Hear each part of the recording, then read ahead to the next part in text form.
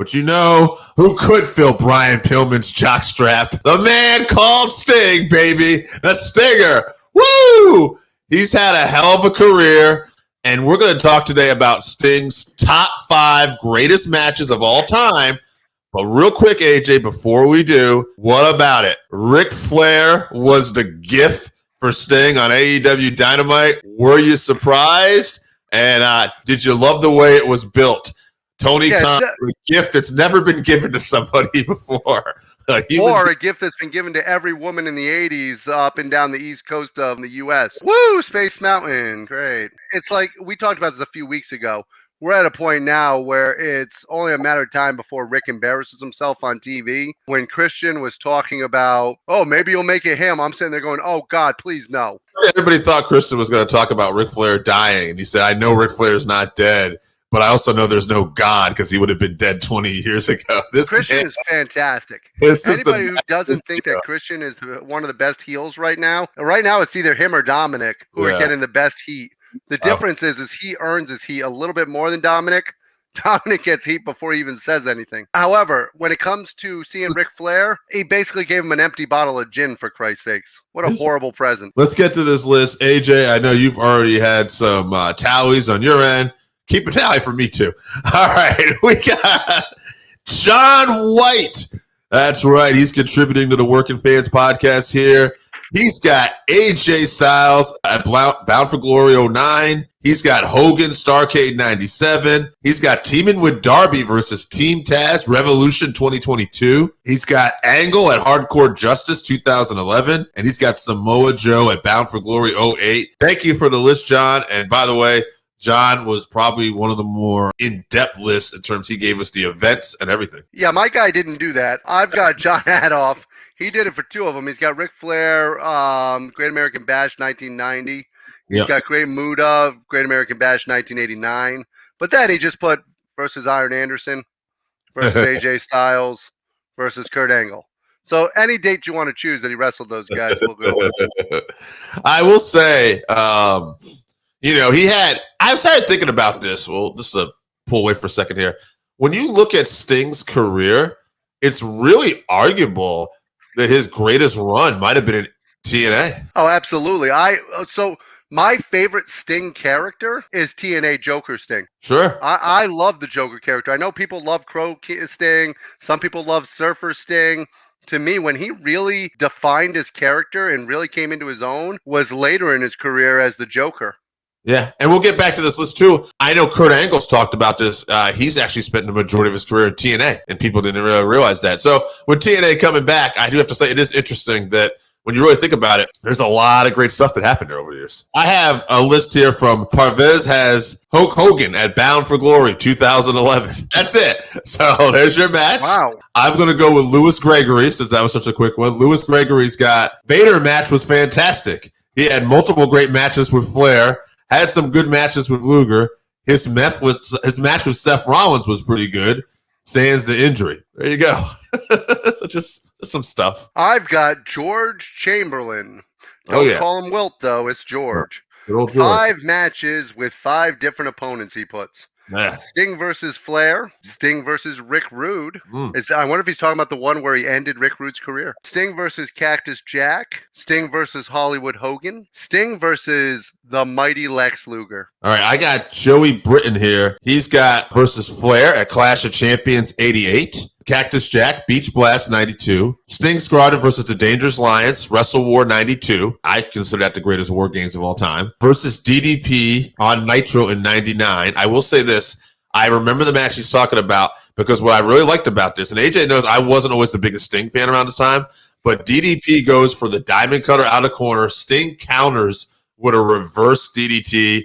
Absolutely one of my favorite counters of all time. I got to give the man his due.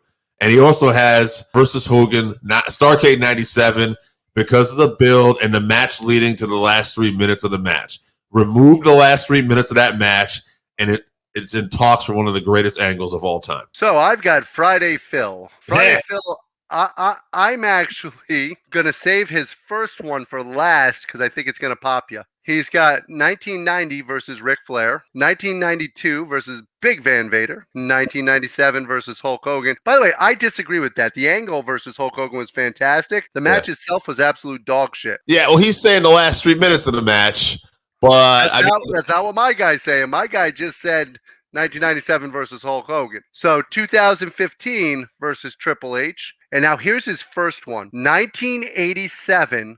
Yes. He teams with Chris Adams versus Eddie Gilbert and Terry Taylor. I actually remember this. Yeah, I saw this guy's list come up just for that reason that stuck out with me. I actually had mentioned to him that was a deep cut. And you had to love that Mid-South / UWF time period where Sting was involved. Yeah, that's a great cut. If I remember correctly, that's when Sting broke away from Eddie Gilbert. Yeah, right. He was part of Stuff International there. Yep. Absolutely. We got more. We got Zach St. John here. Zach St. John, he always comes with the list. He's got Sting and Flair versus Muta and Funk in the cage. I believe that's one of the first Halloween Havocs. I think that's where Muta put out the fire in the cage, too, with the mist, which was great. Sting versus Flair at the first Clash of Champions. Sting I still get choked up hearing about that. Sting and Luger versus the Steiner brothers at Super Brawl. That's a fun tag match. Sting and Cactus at Bash at the Beach. A lot of people love that one. Sting and Steamboat versus Flair and Austin from Saturday Night. I love seeing all these guys in the ring. Not the best match, but a real cool to see. And then I'm hearing is Saturday. Oh, sorry. And then I got Jake St. John. I'm just going to add him because all he said was, I've been thinking about Sting matches, and I'm going to have to double check, but I'm definitely going to go with his matches with Vader and Rude. The War Games, I'm going to have to look up more specific matches. He never got back to me, but I just wanted to include he was looking. He liked those Vader Rude matches, and he liked that War Games match. So maybe a point. This just in. I just got a text from Jake St. John. He actually says his favorite ones of all time are anything where he teamed with the Warrior as the Blade Runners. I've got Tony Strong. Sting versus Muta. Sting versus Flair. And Sting versus Vader. Now, that was a short one, so you know what? Let's bring the big man in. I've got Randy Osga. Woo. He's got Sting versus AJ Styles, TNA BFG 2009. Sting versus Ric Flair, WCW Clash of Champions 88. Sting versus Vader, WCW Starrcade 1992. Sting versus William Regal, WCW Great American Bash 96. I guess. And number 5, Sting, Darby Allin, CM Punk versus MJF, FTR, AEW, Dynamite Holiday Bash, December 22nd, 2021. Sting also questions William Regal's or Steve Regal manhood in the leading up to that, which I don't think he'd be getting away with today. But yes, I do remember the build for that, and they had a fine match. Got Steven Lorelli Jr. He's got Muta, Jeff Jarrett, Kurt Angle, Samoa Joe, AJ Styles. So more just opponents. Wait a minute. This just in from producer Joe. I've got Flair Clash 1, Great Muta Power Hour 9/189, Vader Starrcade 92, Angle Bound for Glory 2007, and Jeff Jarrett Bound for Glory 2006. Jake Rule in effect. He also wants the War Games. I got my list here. All right. I got the War Games 92. I got Flair from the first Clash. I got Flair from Great American Bash 1990. I got Triple H at Mania because it's about time Sting had wrestled at Mania, and I just want to include that. And I got Kurt Angle 2007 Bound for Glory. So my first two, I'm going Clash of Champions, Sting versus Flair, Clash Champions 1. I've got Sting versus the Great Muta from the Great American Bash 1989. To me, that was one of my favorite matches in that time period. I love the Great Muta, love Sting, so to see them go face-to-face was fantastic. I've got Sting and Ric Flair versus Dick Slater and Great Muta. I don't know if you remember this one or not. It was Clash of Champions 8 Fall Brawl. And what it was just a slobber knocker from Go. Anytime you have Dick Slater in a match, it's going to be buck wild. Then I've got Sting versus Flair at the Great American Bash 90. Yep. And I went against you. I picked the War Games. I didn't pick your silly War Games. I picked Sting, right. Brian Pillman, and the Steiner Brothers versus the Four Horsemen, Ric Flair, Larry Zbyszko, Barry Windham, and Sid Vicious. Yep. That was such a fun one to see Brian Pillman get his ass bounced off the top of the cage by Sid Vicious. Absolutely phenomenal. So eat that, Alexis King. Yeah, rest in soul to the great Lexus King Sr. All right, we need to pick a winner here. Now, AJ, do you have the tallies? Oh, no, I didn't keep a tally at all. But I'm going to go with you real quick here. To me, I think that the ones that came up the most, and maybe you'll disagree with me, are because the problem is most people didn't put what the actual matches were. They put who the opponents were. Right. So they didn't actually follow what the rules were. Flair Clash.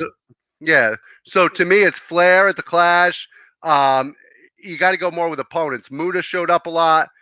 Cactus Jack didn't show up anywhere near as much as I thought he was going to. So to me, it's Flair, Muda, and then we need one more, Big Van Vader. I'm going to bump your Vader. Actually, no, yeah, it's the Power Hour. I'm not keeping the Power Hour.